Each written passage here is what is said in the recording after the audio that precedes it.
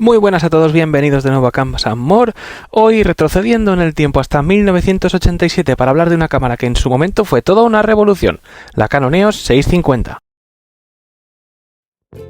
Y como os decía, aterrizó en 1987, por allá por marzo, con un precio de salida de $700. Como ves, tiene un diseño clásico ochentero y aunque parece muy robusta, no es tan pesada gracias a su cuerpo de plástico reforzado, pero fuerte sí es. El resultado es ligera y resistente. Así pues, ligera, con este diseño EOS que luego veremos en cámaras más adelante, simple pero funcional, con un buen grip, bastante pronunciado y con controles de fácil acceso, pensados para fotógrafos que querían velocidad y eficiencia en su trabajo. Y paso a contaros a continuación la cámara por fuera, empezando como siempre por la parte de arriba, en la cual encontramos en este ladito posterior el dial para encender la cámara. Tenemos una primera posición aquí, si movemos el dial a la izquierda, que es el Full Auto de Canon por antonomasia, el cuadradito verde, cosa que yo, solo recomiendo para situaciones extremas de rapidez. Si volvemos hacia atrás tenemos la L de Lock, que es apagado, tenemos un primer botón de A, que quiere decir encendido, que está activo, y el segundo botón que es activo y además tiene ese simbolito como de ondas, que quiere decir que los sonidos están activados también. A continuación tenemos donde nos muestra el plano focal, tenemos botón de la compensación de exposición, que funciona en los modos semiautomáticos o automáticos en conjunción con el dial, como veis, de -5 más 5 pasos, ojo. Tenemos el dial de los modos, que también funciona en conjunción con el dial, entonces apretamos el botón y elegimos el modo. Vamos a ponerlo, por ejemplo, en manual, ahí lo tienes en la M.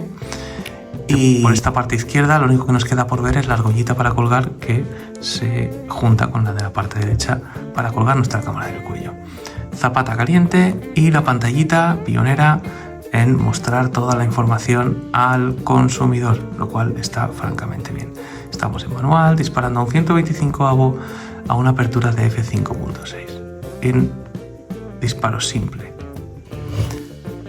Y continuamos por esta parte y os enseño además el botón de obturación, que lo tenemos aquí, y vamos a ver cómo dispara de rápido después de enfocar. Como veis, es bastante rápido enfocando. Ahí es.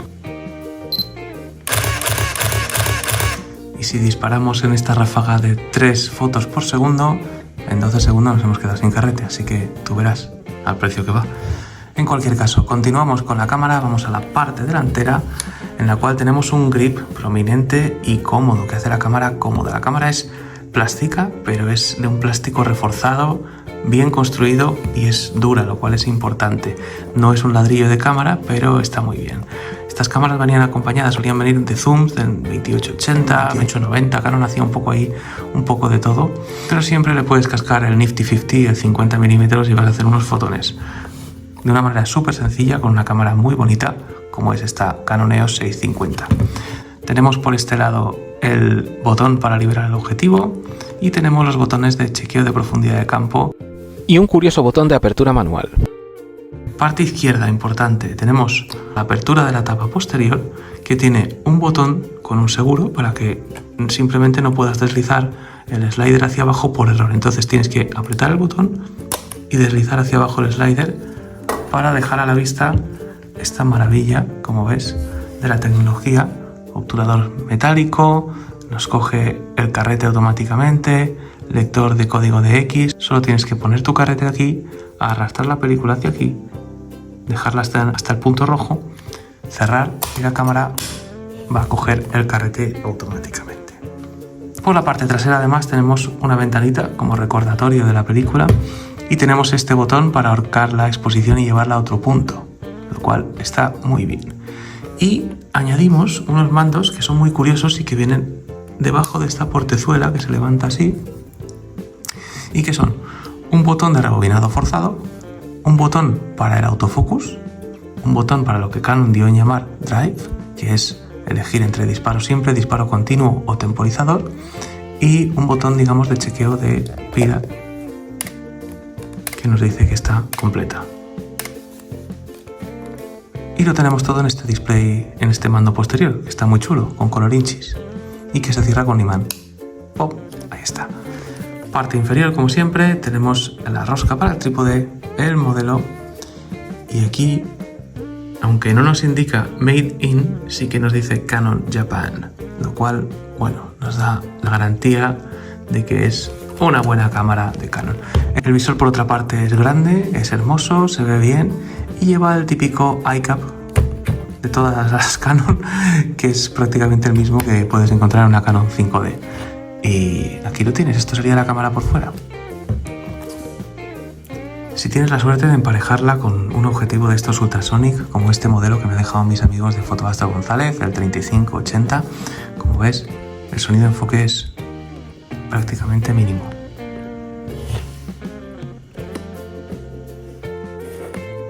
Eso es el ruido que hace al enfocar, ¿vale? Pero bueno, sí, los objetivos regulares, los no Ultrasonic, sí que es verdad que son un poquito más ruidosos que estos. La cámara en sí, a nivel de cómo se agarra y cómo se siente una cámara recia. Es verdad que no es la más ligera del mercado, que luego vinieron cámaras plasticosas que no honraban a estos modelos porque eran mucho peores, pero no en Canon, en todas las marcas, en Canon, en Nikon, por todas partes y tal. Esto es un plástico de verdad reforzado, duradero y hace que la cámara sea un tochete pesado. Aquí además tenemos el compartimento de las pilas, que lo desenroscas, sale hacia abajo y colocas la batería 2CR5. Y por fin ahora toca hablar del gran cambio que trajo esta cámara, la montura EF, que fue la primera completamente electrónica de Canon, sin conexiones mecánicas.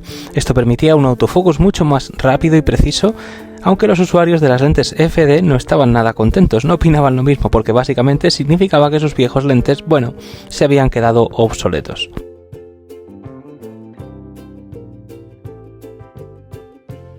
Pero por supuesto y como siempre la Canon EOS 650 no estaba sola en esta competencia. Minolta había abierto el camino con la primera reflex autofocus realmente funcional, la Minolta 7000, que la puedes ver en el canal, y que empezó sus andanzas en 1985.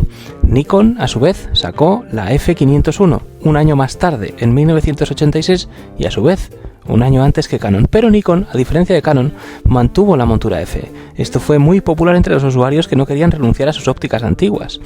Olympus lanzó también algo similar en 1986, la M707 sin mucho éxito, y Pentax incluso intentó ser más pionera, lanzando la MEF en 1981, aunque este sistema fue muy limitado. Así que todo esto le permitió a Canon aprender de los errores de los demás y traer este nuevo sistema, que duró hasta nuestros días, hasta que cambiaron a las mirrorless y se lo cargaron, como suele ser habitual. ¿Y entonces qué tal es esta EOS 650 para alguien que hace fotografía de calle hoy en día? Bueno, para empezar, que sepas que en el mercado de segunda mano la puedes encontrar seguramente por menos de 100 euros. Es asequible, fácil de usar y su diseño robusto y ligero la hacen ideal para quienes aman capturar escenas urbanas con un toque vintage. Así que si quieres probar una de las primeras cámaras EOS, la Canon EOS 650 es una buena opción para explorar la fotografía de calle con algo de historia en tus manos.